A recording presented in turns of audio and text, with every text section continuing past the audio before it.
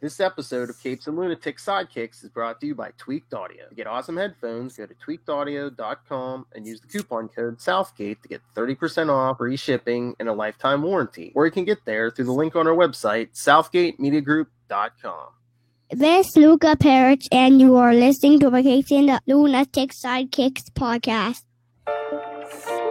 Yes, I know I don't have any Superman music, but welcome back to another episode of Legends of the Arrowverse. I know last time, I think 2 weeks ago, Lilith and I said we're going to keep going on Flashes, but funny, Lilith wanted to do some Superman and Lois stories since the show's going to be coming, January, but then her router blew up, but never fear. I have boys from the Krypton Report here with me to review the Lois and Clark Adventures of Superman pilot back in 1993. So yes, of course, we get Superman Blue, Mr. Tyler Patrick. Hello, everybody. And of course, Superman Red. And if you've seen pictures of him at the gym, you better call him Mr. James Cole. Hey, how's it going? We need Chuck Norris. He was so excited he forgot that was his name. He was like, "That's me. That's me. I'm James Cole." Oh wait, they're talking about me. All right, yeah, cool. Oh yeah, the last time we talked, I was like, I'm like, you better call him Mr. James Cole, man. All right, so yes, like I said, we're here to we're going to be covering comics the rest of the year, Superman and Lois. But right now, yes, we're going to cover the Lois and Clark pilot episode back from, I remember this, from 1993. Like I said, it had been a while since I saw it, but I think it holds up pretty good. Like, I like the story. So I like it so much, like I'll forgive like the CGI of its time. I think I told Janine as we were watching it, if you would have just done better music, it almost has a timeless feel in some of the way they do things. Because they don't lean too heavily on technology in the episode, as far as the use of computers, phones, or anything that we're not having things feels as. But there's a couple times when he flies home. Yeah, he's flying, like there's just such an 80s tone, like that. It's like that music. That's what's killing you. Oh yeah, what was I gonna say? But I love it's the pilot episode, so you don't get like an opening montage. They just like throw up that S shield and like play the music. Well, opening credits. Yeah. I was telling Phil this before, is the pilot episode for Lois and Clark is longer because it was filmed to be a made for TV movie. If the show had not been picked up, they would have just had a new Superman, TV movie. They filmed, if I remember everything correctly, they filmed it with film. They shot a little bit more on like locations for some scenes. And everything you can kind of tell at times, but it was made to be a higher end production if it was just a movie. And I think that's part of why you have, just that like title card at the beginning, and you have the different costume.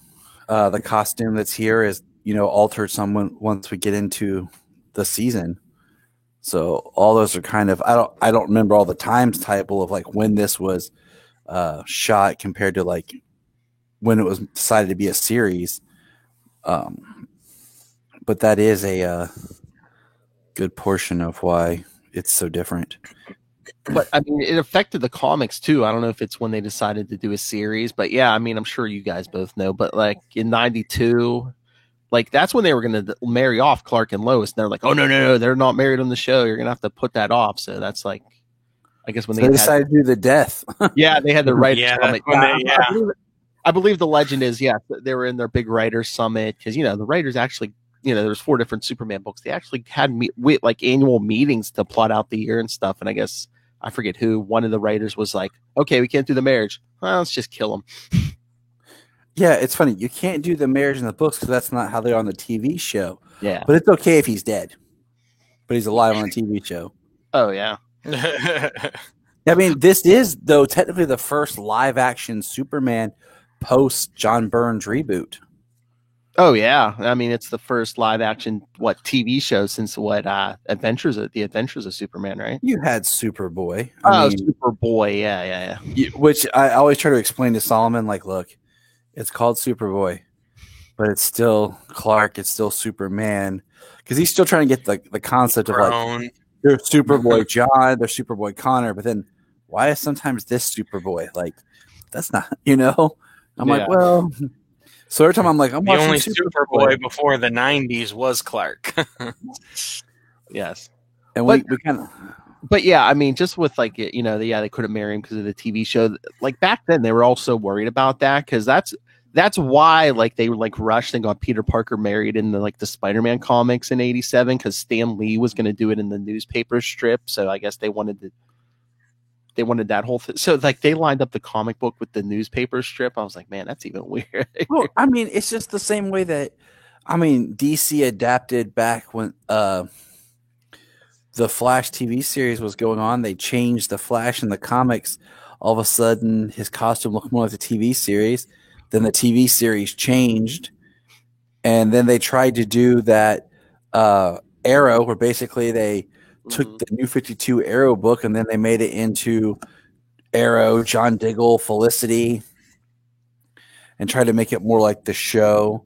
And then the Aquaman, when they did that YOU kind of soft inside the New 52, not reboot, but like realignment, they try to make him more like Momoa style. And it just seems like that never works. No. Anytime they change the comics to reflect the shows, I don't think it ever really worked. I mean, they tried that with Supergirl and Rebirth. Yeah, and I mean, one time they didn't change was '90s Flash, because I remember I started watching that when that came on. So that's when I first picked up the comics, because it was Barry in the show. I picked up the comics. I think it was like issue 50, it was issue 51 of Wally's book. I'm like, who the hell's Wally West? Exactly. They did like the complete opposite. They were just like, look, we're just going to do our own thing with the show. You do what you want in the books. Seriously, pretty much. Because it was like, on the TV show, Barry was with Tina, but like in the comics, like Tina was like a Wally character. So it was like, okay. Well, I think a lot of times Flash on live action and is always kind of even Green Lantern in the movie. They can't pick one Green Lantern and do them right. They're like, but we like this person's story or this person's. We'll just make them an amalgam. Yeah, exactly. I think Flash, Green Lantern, and Robin. I was going to say, yeah. Suffer from like the amalgamisms of the different versions when it transfers medium. Because I like this suit. I like this origin. And that's how Tim Drake pretty much gets erased. Serious. That's why Tim Drake pretty much like erased. Thank goodness he gets everything. Well, at least Tim Drake was in Arkham Knight, and he's going to be the Robin in Gotham Knights coming up. Well, yeah, because I think they're going to put him. Yeah, well, they're bringing Tim Drake back as Robin in the comics too, because I don't know what they're doing with Damian, but he already quit. Yeah, it's so weird. Brian and I got in a whole discussion about like how it works now, like because you know how like in the New 52, Tim was never actually Robin. He just started as Red Robin as part of that compression thing. Yeah. And then we had Rebirth, and then how that realigns that because when he becomes Robin from being Drake, he started as Red Robin, became Drake, but now he's calling back to Robin. But we diverge a lot. Oh yeah. Back to Gene Kane. Dean Kane, yes. Tyler and I met, yes. Yes, we did. That's what I say. It was that Phil and I met. But I love this pilot. I forgot how much charm there is to this thing. Like, I love the first season of Lois and Clark. The latter two seasons are they're kind of hit and miss, but the first season especially, and then the second season is good. But first season's definitely the best.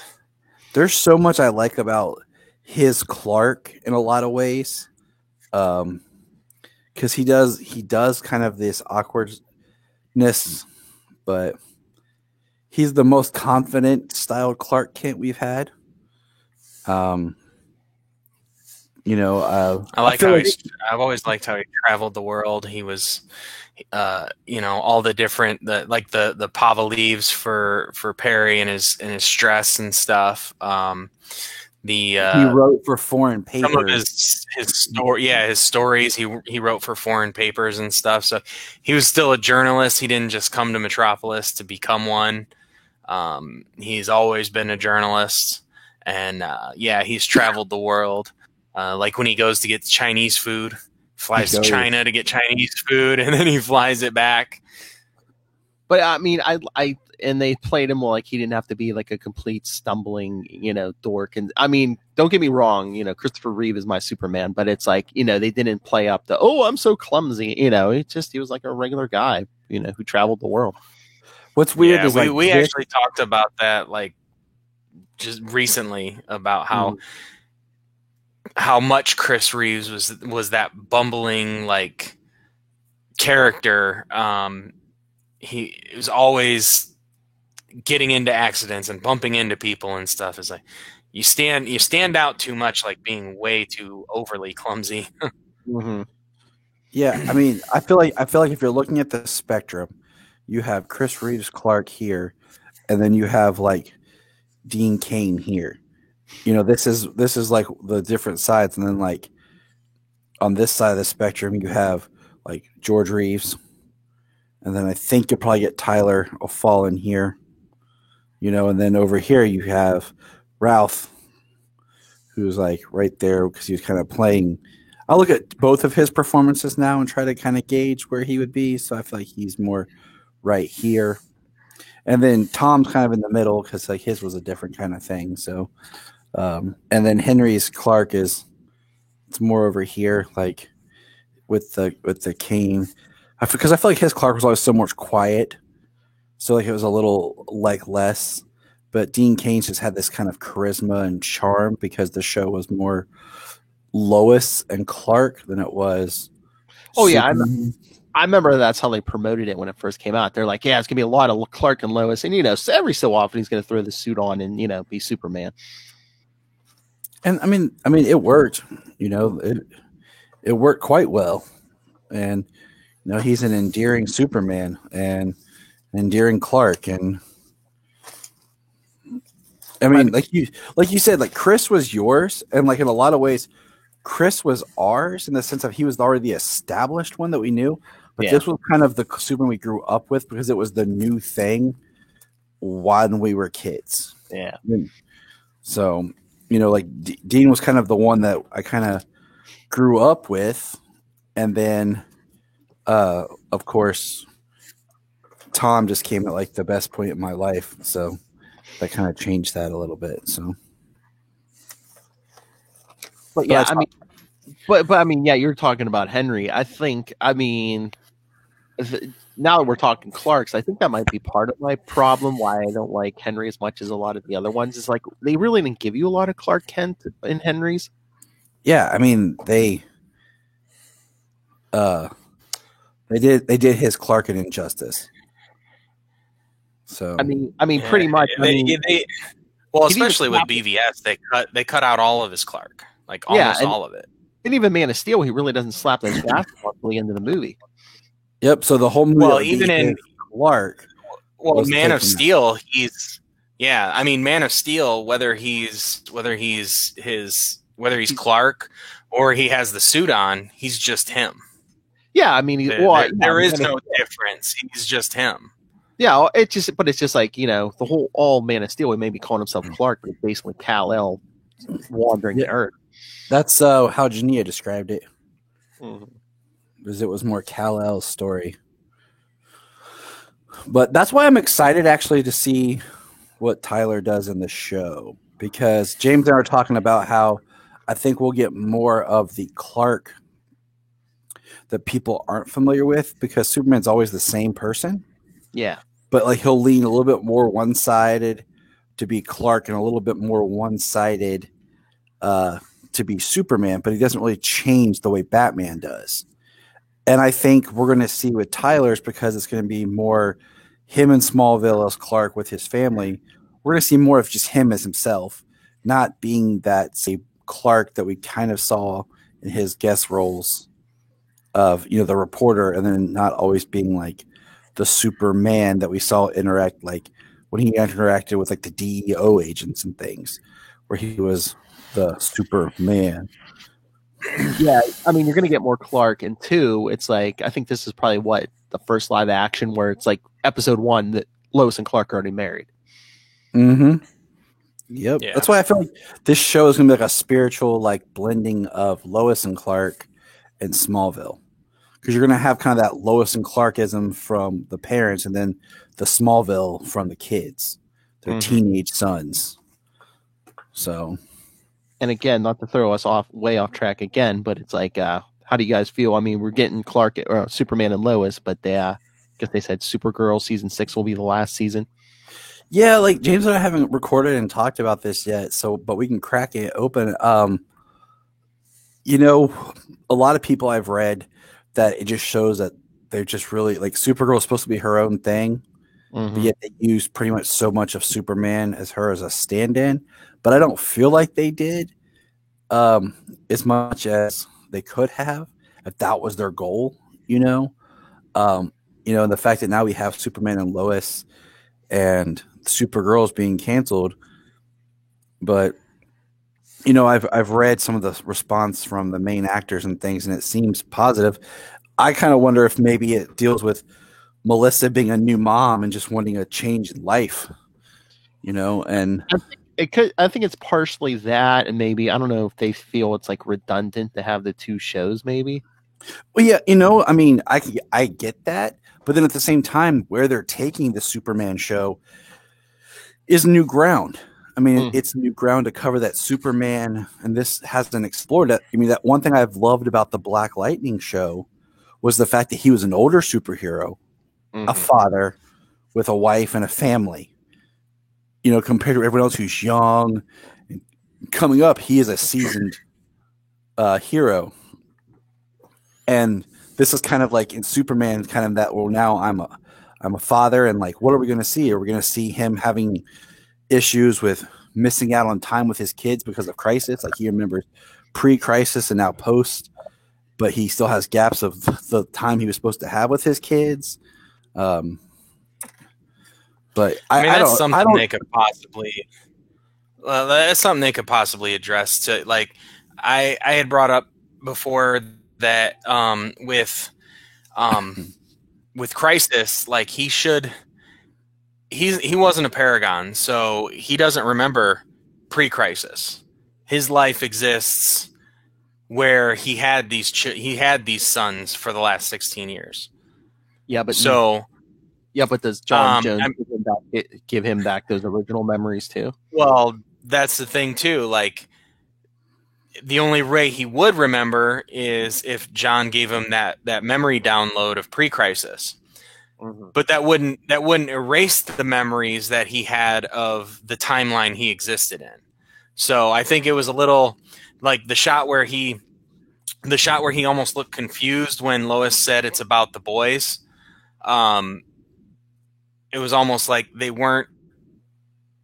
didn't think about that, you know, that he wasn't one of the paragons, that he wouldn't remember pre-crisis, that his timeline would be the single Earth, the Earth Prime timeline, and he would already have had those boys for 16 years. So, I mean, that would be an interesting concept to explore, like gaps in memory and things like that. Unless, like, maybe pre-crisis and post-crisis memories are conflicting because of the memory download or something. But I mean, who knows? I mean, maybe we're digging in too deeply, and they didn't even consider that. I mean, and I hope, I know they're going to have their own Lex Luthor over there, but I mean, I would like them to offer John Cryer something over there too. Well, I mean, they did. Cryer mentioned he was. Oh, did he?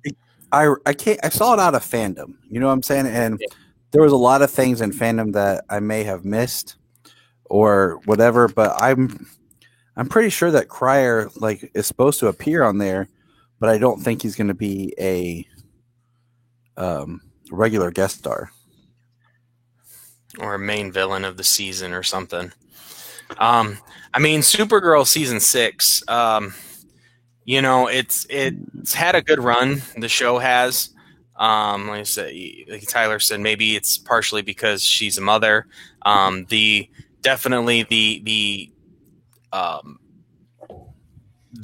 time that she would need to be dedicated to doing Supergirl is a lot of time taken away from a child.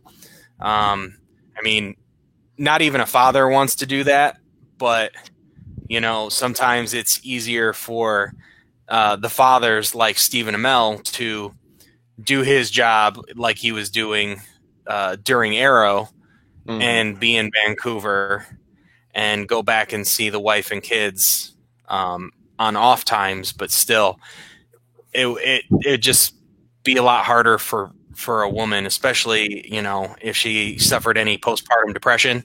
I mean, that would just seriously mess with her during production of the show as well. So I mean, I hope, since they already know it's going to be the last season, that we'll get a decent wrap up of the series, and I hope that she would be open to showing up on Superman and Lois at some point or another as a guest star. I've seen people she kind of did. Will they do something with her where A, she dies, or B, she goes off to join the Legion at the end to be like that was with Mon-El, because we're in a post-crisis now. Well, that was in the 2000s, right? In the 2000s era when she went to the future. Yep, because we watched the Justice League episode Legion the other day. It was in Justice League Unlimited, and they did it on Smallville, and I think it was from the 2000 era of Supergirl stories. I think it's the best way to kind of like get rid of the character and without like killing them off and like leaving us kind of like, where is she? Right. Then it could easily give us some Legion time travel and bring her back for a special guest appearance. I was going to say, if you leave her alive, you can always bring her back for guest shots on Superman and Lois. Or I was going to say, you know what I would like to see? It's not like Amell who can't come back. He's dead from the time he's supposed to be. Yeah. He's supposed to be dead from the time until Felicity went to him. But it'd be cool. I was going to say, if Supergirl does die, I would like to see have Amell for 2 seconds as the Spectre, kind of like walk her into heaven or whatever. That would be awesome. Yeah, that'd be cool. But it would kind of suck if every time they end one of these series on the CW that they're killing off their characters. That's why I say just have her go off to the future. It's kind of like she can be there, but she doesn't have to always be there. Exactly. Like you said, if they want to bring her back. I mean, it's one more thing that's kind of funny. Like, they were going to build up this whole big Batwoman Supergirl thing, and now they've destroyed that relationship by switching up the character of Batwoman, and now they're just going to end Supergirl after this last season, which is did they say it's 20 episodes? What, Batwoman? No, Supergirl. Oh, I don't know. Maybe. Or again, I don't recall the count. I don't know. It's mid-season, so I'm not sure. Well, it's mid-season, but it starts filming. Yeah, soon. I know. Right now. But that and Supergirl will have 20 episodes. Very, very very beginning October. Yeah. It'll have 20 episodes. But yeah, I mean, Green Arrow's gone, Supergirl's going, we got a new Batwoman. So it's Barry Allen's the old grizzled veteran now. I mean, you think about it, this is going to be year 4 for Black Lightning, right? Barry Allen, Sarah Lance, and then you got your older Black Lightning. I mean, those are all the people who've been there since the early days. Oh yes, I mean, just show wise, Sarah's been there the longest. Yeah. Yeah. But back to this Dean Cain show. Okay. Oh yes, With my second favorite Lois Lane. Yes, Terry Hatcher is very good Lois Lane. I if it wasn't for just the time and my love for Erica Durance's Lois Lane in Smallville, like Terry Hatcher would be the best Lois Lane. And can I just say, yes, Terry Hatcher's Lois Lane. Can I say she is real and she is spectacular? Definitely. I think Phil told us who his favorite is. What's the sign called? But yeah, I mean, like I said, Dean and Terry are all good. But I brought up the John Cryer because I was going to segue. John Shea is Lex Luthor. I mean, he doesn't. He does not get the credit he deserves. He's the first post-crisis Lex Luthor, the first person to play the character that we know from the comics that we haven't really seen anywhere else. And it wasn't the same exact character from the comics, but it was very like in the style of it. Yeah. Because remember, at this point in the comics, Lex was in a clone body pretending to be his own son, so he was kind of trying to be Mr. Nice Guy in public, and then he's like strangling his trainers in the behind. Yeah, he was the billionaire mogul that he had never been before. Yes, that's for sure. And then if we look at all of our live action Lex Luthors, we talked about this. Kevin Spacey's is like a version of that, but yet still kind of like the darker Gene Hackman. Yeah. And then you have Eisenberg where they tried to do this reinvention that was different. And then you have Cryer, who is that Lex, but he plays Lex like the farthest into Lex's career that we've ever seen. We've never got a Lex Luthor that's been battling Superman for years. Yeah. We always get it back here. And then, of course, Rosenbaum's Lex is kind of like the comics, but a little bit different in the sense of it's younger, but he like has that whole father relationship that they created. And then he's a genius intelligent, but he's not solely the genius. So I don't know if it was just the armor scenes with Cryer, especially when he was like playing My Way over, in the helmet and stuff. But I don't know, and I don't know if this is intentional. But Cryer just strikes me as like trying to like play Lex as like a very like evil Tony Stark. Yeah. I could see it. I never thought of it that way. Armor. I'm the smartest guy in the room. Right. But he definitely his version of Cryer was definitely a little more evil. Not only the smartest guy in the room, but he had a plan going into that room. You know what I mean? Like he had multiple plans. He manipulated and he waited for people to make the decisions he already predicted that they would make. Oh yeah, turning the sun red. Phil, I have a question for you. I thought of this today. If I remember, because I haven't watched Lois and Clark straight through in a while. Me neither. Is it in this? James, help me out here because here's where my question's coming from. It's like the second or third episode he finds out he's an alien, or does he already know he's an alien? Because he has the spaceship on Lois and Clark, right? Or not? In this episode, the mother said, Ma pulls out the blanket. She's like, "This is the blanket we found you in." So it's like, did they tell? Because here's my thought. So this is my big question for Phil, and then we can kind of dissect it. In the comics at this time, when Lois and Clark, is that when he was wearing the glasses that had the Kryptonian like tech, where they were like the lenses were like created from Kryptonian technology? Because Dean Cain as Clark always does the thing where he tips his glasses down for his heat vision or for his X-ray vision, which at first I just thought it was like an acting cue, just like the way McAvoy does this in the X-Men. So you're just doing something, we have a visual. But then I thought, well, if he's wearing glasses that are Kryptonian, like when they did the stories where supposedly they gave off low dose hypnosis, it would make sense that he has to pull the glasses down because his powers won't work with the glasses on. Yes, no, I don't believe there was Kryptonian tech. I mean, this is 93. This is like right after he came back from the dead. This is the beginning of Mullet Superman. Oh, I'm so glad they didn't do that on this show. I mean, his hair is a little long in the back. Yeah, it's not like a mullet, but I just wonder in this episode. Yeah, it's like I said, in this one it is. But in the Dean next Cain one, was a jock. Dean Cain was a jock before he went actor. So I mean, that's just like it's just how he had his hair, right? So yeah. I was gonna look up the episodes, but yeah, I can't remember. I think.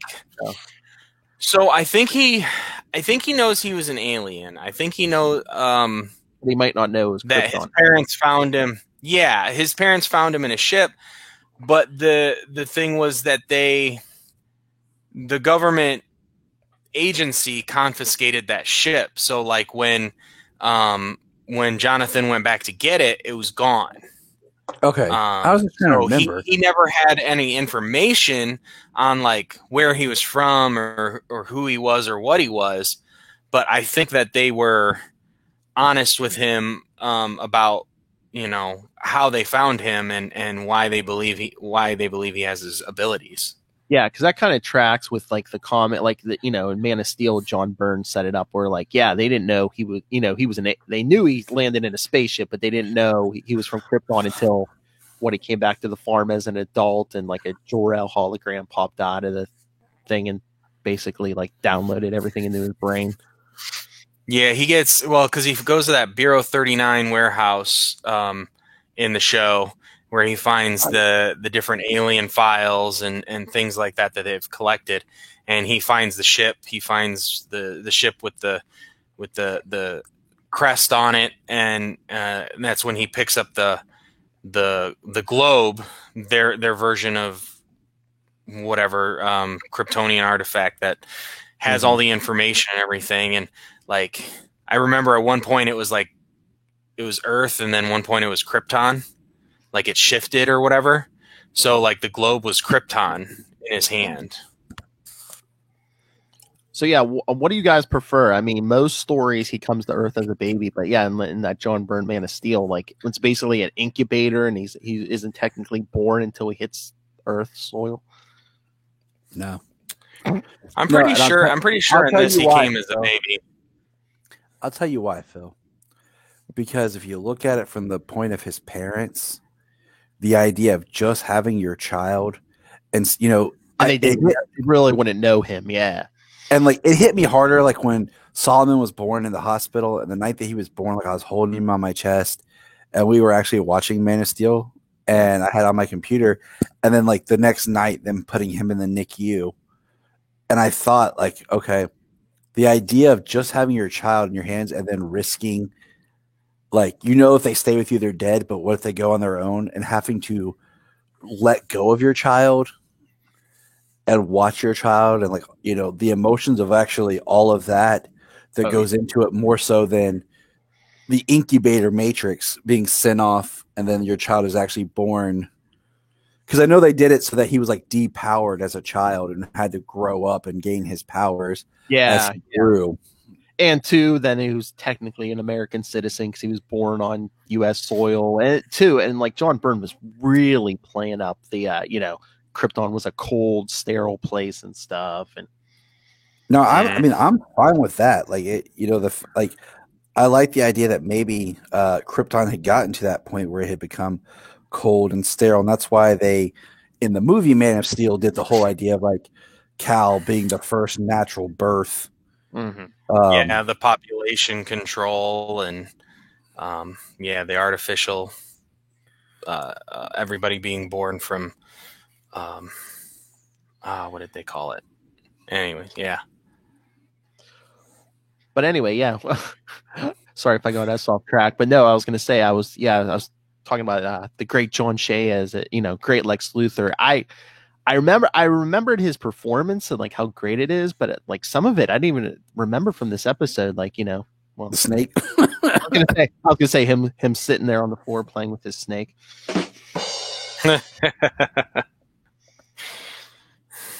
Basically, staring down a snake. Right.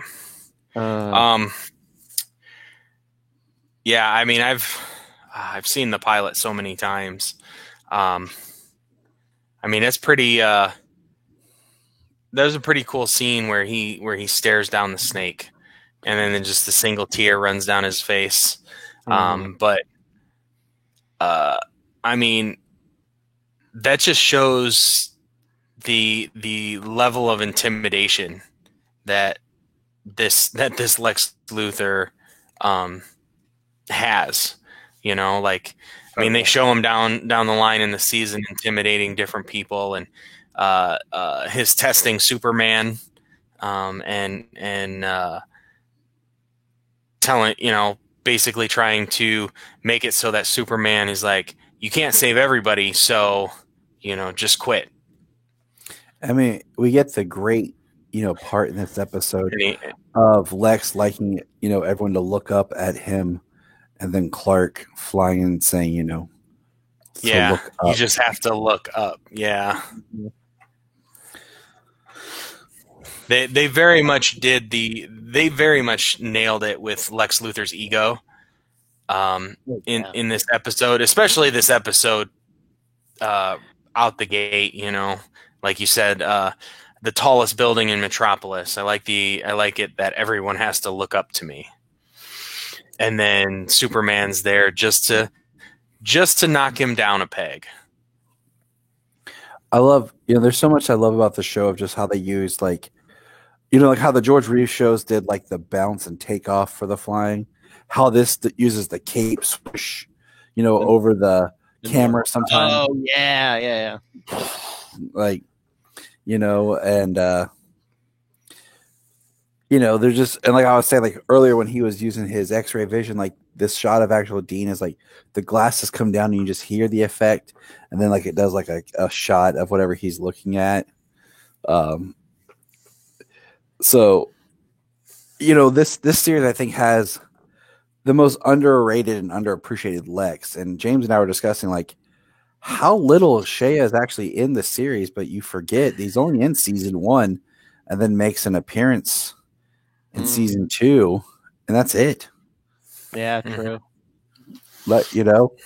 And what I really love about this series, it's a feel good series. Mm-hmm. Like if you want to watch something Superman and just feel good, and there's like no drama even in the drama, like this is just like that show to have that just gives you a smile, a warm feeling, and like a good time. I think it's been a while since I've seen your basement, Tyler. I swear it looks like Saturday Night Live now. Like over on the left, you see all the Superman stuff, where they do the skits, and then over on the right, there's where the band performs twice a day. Well, my friends are coming. My old bandmates are coming on Sunday down to jam, and so we're going to be here in the basement. So I've been kind of moving some things around to get ready for that. Nice. And then over here, I'm working on some just different recording stuff to help with our mobile recording setup that I developed. So next time I go visit James, we'll be able to record a little clearer than we did last time we were sitting in the same room. Yeah. I'm trying to get our Dean Cain picture so I can like flash it up on the screen. Oh, I'll say I got it here on the wall. I got it on my phone. Yeah, I have it on my phone. I was trying to email it. It's showing up on my email. Unless I'm just trying to send too big of a file or something. It's like, this was Phil and I meeting Dean Cain. It was a great day. I'm just so bummed because I actually had plans this year to meet Tyler. He was going to be my third Superman in a row, and I had already bought the picture frame to hang up our picture where we meet Tyler next to my other meeting of superhero Superman, and then the world changed. Yes. Yeah. Everything's delayed. I mean, now Black Widow is going to be released a year after it was supposed to come out. I'm telling you right now, when it comes to Black Widow and Wonder Woman, I'm just done. Like I've lost all my hype for them. I've lost because it's just now become a game of we're going to change the date, and even that might not stick. So that's why I'm just like, I don't care anymore. I think that's just all the I just think that's because of the theaters and stuff. Because I mean, I think if there's 2 movies the theaters wanted this year, it's Black Widow and Wonder Woman. Those would be the movies, like I've said all along. Like I told you in that rant, I'm like, you need something that's going to drive people to the theater that they can all go see. Yeah, You know, Black Widow, the MCU, Wonder Woman, you know, was a huge success. Both movies are something that I could take my entire family to see. They're not family movies, but I could take my children to see Wonder Woman. I had planned on taking them to see Wonder Woman during the day because it's always the best to take the kids during the day. Just sometimes they're a bit more rowdy. Oh yeah. But my daughter has begged me. Selah has begged me to go back to the movies if she wants to go. We had such a great time. You know, one of the best memories I have from this year is when we went for my birthday and saw Sonic the Hedgehog as a family. Like, they had so much fun.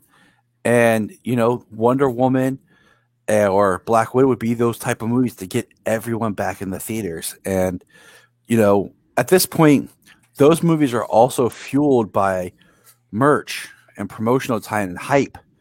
You know, Walmart still has a huge Wonder Woman 1984 display. Mm-hmm.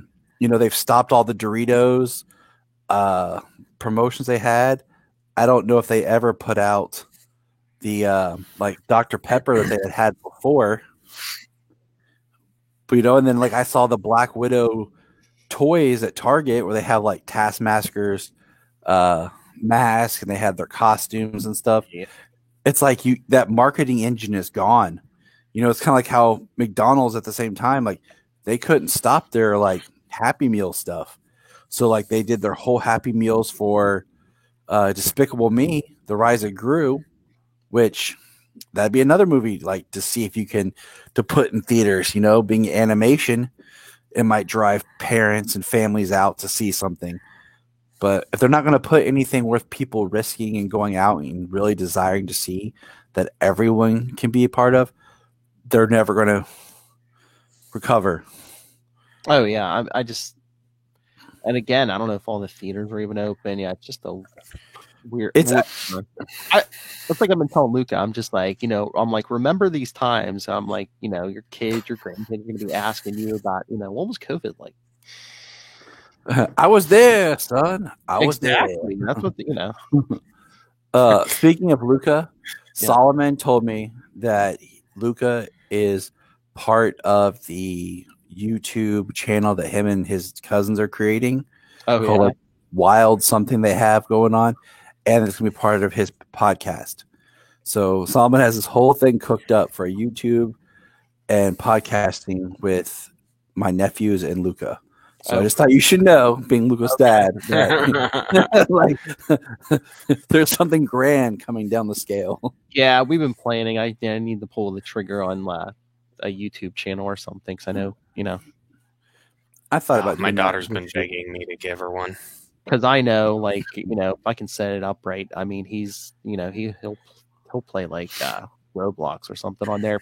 Watch now, it'll be like, let's talk friends. Yeah, right. You'll be like, I told my daughter she can have a YouTube channel if it's all animation.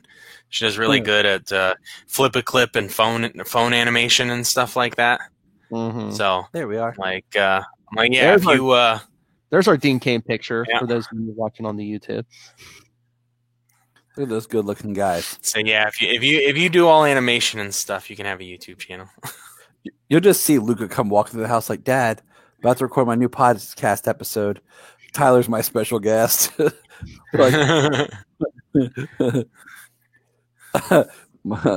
my favorite Joey and Chandler line, you know, I won't say it on the podcast because I don't want anyone to think, but I'll just text it to you because me and my buddy Devin use it often.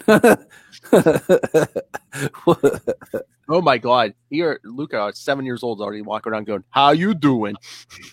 I don't want my baby's first words to be "How you doing?" All right. So yeah. What else? What else about this episode? Come on. Well, I mean, the first time we were talking about, I mean, we talked about Lex. I mean, we talk about Lois like Terry Hatcher, the first time we see Lois in this episode, she comes in, she's dressed up like a hobo. She's got a beard and a mustache on, and she's got a friggin' ace bandage wrapped around her, trying to hold her chest down so she seems like a hobo guy in the streets. And she cuts it off, and then next thing you see, she's all cleaned up, and they've got her article hanging all over the place, and they're celebrating like this massive, this huge thing that she revealed. Well, my thing, like, I love that they make Lois an attractive, but they don't make her rely on her looks like the way they could, because we get a very, like, we have that scene of Lucy. It's like, I think Lucy's what, one and only in this series, if I remember right. We meet Lucy, and she's talking to Lois about, you know, how she dates and how she treats the men in her life, and you know, we see tough Lois, and then we see her crying watching like a romantic movie. So we get to see different sides of like her character, and you know, that's great, because I feel like we get to explore who Lois Lane is more through this series. And this show also marks first live action Cat Grant, a Cat Grant that's now unrecognizable if you were to say the character, because Jania totally forgot that was Cat when we were watching. I was like, oh, she kind of had a back, you know. And then we have our other Jimmy Olsen. I was going to say, Jimmy 1 or Jimmy 2? What do you guys like? I like both of them, but I think Jimmy 2 has more of that Jimmy energy. Yeah. Justin Whalen has more of that Jimmy-ness. Gives that big Jimmy energy. Yeah. Jimmy 1 was a little older. Yeah, he didn't seem like the young guy around the newspaper, around the office. I mean, don't take this the wrong way, but yeah, Jimmy 1 seems almost a little too manly for Jimmy Olsen. Yeah, he doesn't have the squeaky kind of like energy like you said. I mean, you know, one of the first set of interactions and everything after Cat Grant shows up, he's like, "Have you seen that garter belt?" Yeah, exactly. You know, you're like, "Whoa, Jim, calm down, tone it down." We also have, this is the first time in Superman live action, excluding Superboy, both the parents are alive.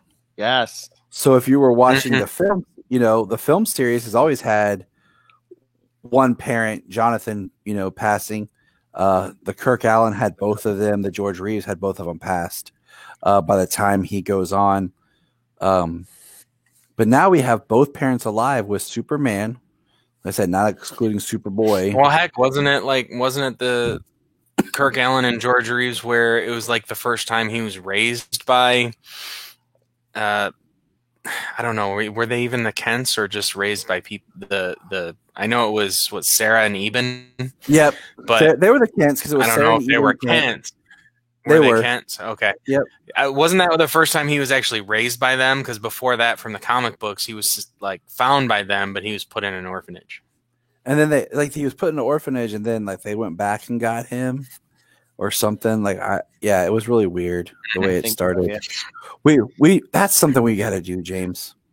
We got to. But they were old, and they both died, and then he left Smallville and went to Metropolis. Yeah, so we have both parents, which is awesome because I love his parents in this series. I love his parents are great.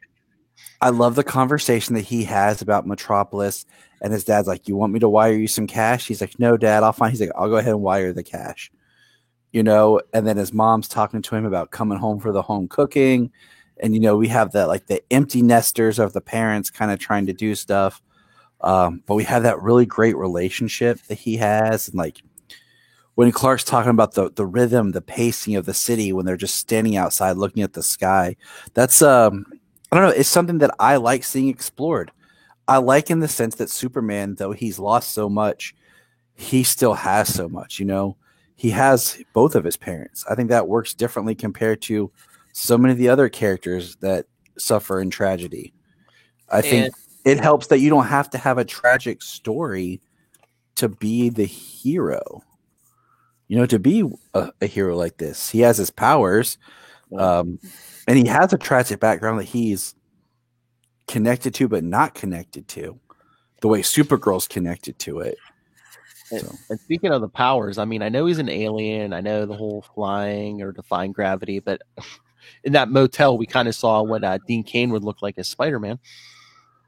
And that still holds up pretty well. Mm-hmm. So I like just he gets his apartment. Lois is that episode 2? That's episode 2, yeah. I would say, wait a minute. I need to go back and watch them because I was watching it in the background and I just let it go and I was like, wait a minute. Yeah, because I just watched the first one, and he didn't get the apartment yet, so or they didn't show it, yeah. No, he's in like this like a little studio apartment. It's just one of those tiny thing. It's like a 1-room living room, bedroom, kitchen, and then he's got behind the door the bathroom, and that's all. It's just one of those shows like once I start, I can always turn it on, and once I start, I can just keep going. Like I don't have to stop. Well, the thing I like about Terry Hatcher's Lois, you get it in the pilot episode, but then you get it throughout the series, is she's Lois. She's powerful. She's independent. But she's not mean. She's not mean to anybody. She's not mean to Clark. I mean, like we've discussed in the past. Yeah. Margot in with Reeve, she's mean. She's just like standing up for just being who she is. Like she's mean and she treats that Clark like he's invisible and she's just Terry Hatcher's not that way, like her Lois is not that way. She stands up for herself. She stands up for other people. There are times when she puts herself forward. She does what she needs to do to get the story, but then she feels bad about it. She feels bad when she alienates people and stuff, or when she steps on people to get ahead. She wants to be like the ruthless, but she can't. Oh, yeah. All right. Before we run out of time, all right, Perry White. I like Lane Smith. Mm-hmm. I don't love his Perry White. There are things I like. I don't like the Elvis stuff for his character. It's so big that it's like it marks him, but that doesn't translate or go anywhere else in the rest of Superman lore. I mean, I forget. Besides that, I mean, James, in this series, did they ever say did like Perry White actually interview Elvis or I don't remember. I don't recall him saying that he ever interviewed Elvis. He always talks about going to see Elvis. Yeah. He's seen shows with Elvis. He's just a huge Elvis fan. I don't recall him ever saying they actually interviewed him or anything. But yeah, it's just, I wonder if it was written into the show or if that's something that Lane Smith brought kind of with him to add to it. You know what I mean? Yeah. My favorite Perry. Somebody he looked up to who was larger than life. You know what I mean? Kind of like a comparable to Superman being larger than life. I just wonder if they did that too to make the character more relatable or more human. It's like, oh yeah, this is my favorite musical performer, Yeah. I mean, I grew up with this one. He was my favorite Perry White. I mean, he really still is my favorite Perry White. There's not too many others that get a lot of screen time. I could do without the Elvis stuff, or as much of it. I mean, it fits with his character too. Just the way that Lane Smith is kind of. I mean, anything you see him in, you know what I mean? It just kind of fits with him. I mean, son-in-law with Pauly Shore. I I mean, you could see him worshiping Elvis over there with that character. Like, I was like, just kind of thinking, seems like, I was like, what else have I seen him in? I'm like, Son-in-Law and Mighty Ducks. Yeah. I don't. I just think it's that. I think it's that Southern drawl that he has. Just even as the judge in My Cousin Vinny, I think, you know what I mean? No, that's not. No, he's not the judge. He's a judge in something else. He's a judge in something else. I've seen him as a judge in something else. Oh, we're gonna have to, because it was months. Yeah. Oh yeah, it was Fred Gwynn. Yeah. It was the dad from the Munsters who was in My Cousin Vinny.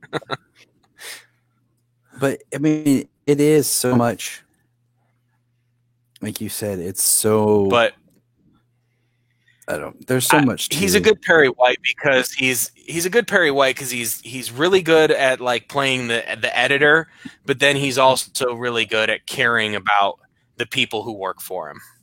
That's what I like about, like, I feel like Perry White is so hard to get because you have to have this stern character but yet compassionate for the people that work with him, and he's so overshadowed by J. Jonah Jameson that it's very hard. That's just because he's loud as hell. You know. Yeah. Like my favorite Perry White. Loud as hell. Favorite Perry White from the old TV series or from the Chris Reeves films. Like he has the best line about the biggest interview since God spoke to Moses. Like, that is my favorite line that Perry White has. What's he got in 8 batteries? He just seems like a person who's been doing this newspaper thing for so long that he doesn't know anything else in life. Yeah, but I mean, it's different on like a weekly series too. I mean, you kind of wanted, I guess, Perry to be a little gruff, but it's like you don't want the audience to hate this guy for exactly. That's why, like, it's so funny to me, and I've said this so many times, that Superman stories you would think would be that would be on film, like in the movies, and Batman would be the weekly TV series with the detective angle. But yet it seems like Superman thrives so much more on television, and Batman thrives in the movie sector. Well, Superman's got more of an ensemble cast with his stories, books and movies and books and movies and TV shows. He's got this ensemble cast that people he deals with. Whereas, I mean, Batman in a movie, you can focus on just Batman and the people who surround him, and it kind of stands alone.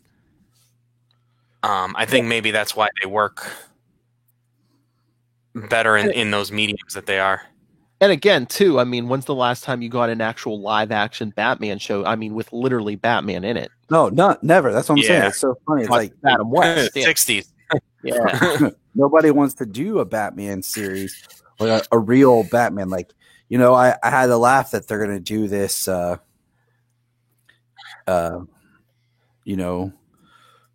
do you call it? Gotham TV series. Oh yeah, spinning out of the Pattinson one, yeah. And I'm like, it just cracks me up because that was what we were supposed to have before, but yeah, I think most comics and things, I mean, they're designed to be long form storytelling. I don't think they need to be as long as your network television, your 20 plus episodes. But if you were anywhere between 13 and 16 episodes and you focused on the characters, the character development, and the story, as opposed to the filler and the dramatic irony, you probably get a lot more out of all of the characters. You probably get a lot more into the stories. It's really why, like, the streaming age now and stuff is really booming.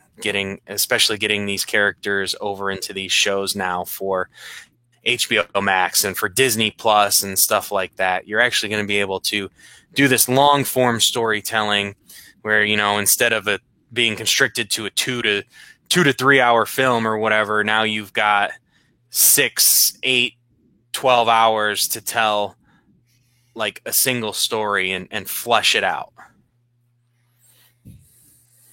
or at least a single arc, and flesh it out. Yeah. I mean, it is sad in a lot of ways, you know. Mm-hmm. All right, not the rush, but I'm going to wrap it up here soon. So, final thoughts on this? Well, I guess the pilot and this, if you want to throw in the series as a whole, but I love the pilot. Like, it stands as its own. Like I said, you can watch it as just a made for TV style movie, and it is great. I really highly think people should check it out. I mean, if you're a Superman fan. If you're a Superman fan and you haven't seen this, I don't know what you're doing. But like people who are Superman fans who never watched Smallville, and they're like, "Yeah, I just never watched it." What? Right. Yeah, they nailed it. You know, Superman, Clark, Lois. I mean, even Jimmy in this. I mean, he's not like your dweeby intern or nothing like that. But the way he looks up to Clark and the way he looks up to Lois, Perry, the Cat Grant they gave you in this. I mean, they really nailed the Daily Planet, Metropolis, how busy it is, how Clark feels in there, his parents in Smallville. I mean, they really nailed it for this pilot. And I mean, 2 pilots in a row for Superman, Lois and Clark, and then Smallville. I mean, 2 great pilots for to start off these shows. Hopefully, Superman and Lois pilot is excellent, and it's going to pick up way in the future. Those are very early on. This is way in the future. We're getting this Superman who's been around the block. He's done all kinds of things. He's in his prime, and we'll see. Yeah, hopefully they nail this one too. At least the pilot coming out the gate. I hope for more. Definitely. All right. I'm going to take us out of here. But all right. So everyone, send your thoughts on. You can still send your thoughts on Lois and Clark next week before the Bat's back with Batman 500. Come back for that, and then in 2 weeks, our next Superman episode will be Lilith picked Action Comics 484. For those of you who don't know, that's the Wedding of Earth 2 Superman. Oh boy, it's been reprinted all over the place. Most recent, I think it's the most recent one. It was in that big hardcover Action Comics 1000 special. It's in there, yeah. So you can find it. Go search for that. And like I said, send thoughts on that. Send thoughts on Clark and Lois, Batman 500. Email us, capesandlunatics@gmail.com, or call the voicemail 614-382-2737. That's 614-38-CAPES. And follow Legends of the Arrowverse, Facebook, Twitter. Follow all the Capes and Lunatics stuff. Link to the YouTube. Go subscribe to the YouTube channel. You can see these handsome boys on the YouTube right now. See? And their new fancy haircuts. The links to all of that, all the one place. That's free, LINK. Do the bad juicy hair. linktr.ee/lunatic. And of course, remember to support our sponsors, Tweaked Audio, Hunt a Killer, and Pod Life the Book, Volume 1. Go pick it up in digital and paperback, because Volume 2 is in the works with Mr. Tyler Patrick. Yes, I wrote it. It's gonna be awesome. I had probably the most fun I had writing, and I knocked that sucker out quick. Nice. And I was like so happy. I was like, Jania, I wrote my part for the book. She's like, what? I'm like, yes. So yes, go pick up Volume 1 before Volume 2 comes out.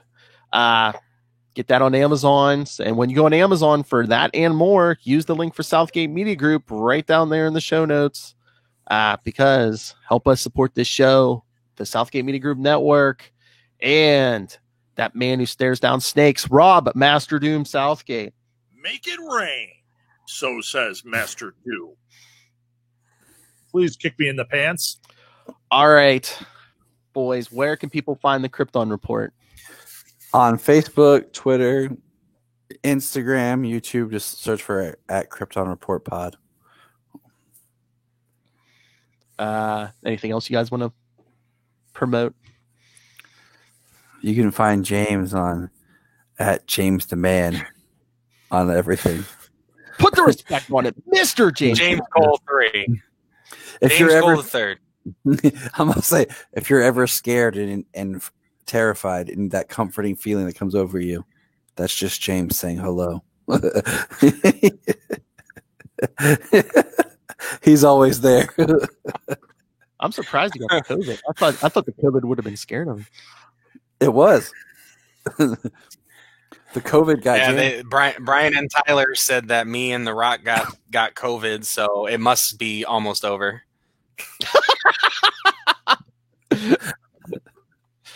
That's right, people. Yeah, Mr. James can be The Rock, Stunt Double, and Black Adam. So, all right. That would be a dream. That's great.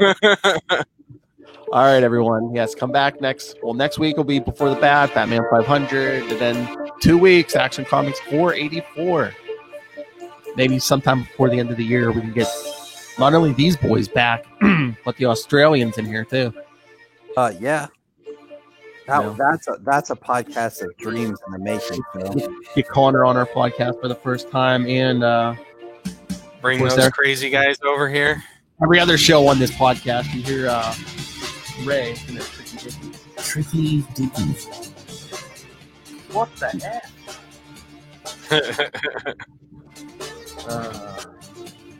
So yes, fly back on in.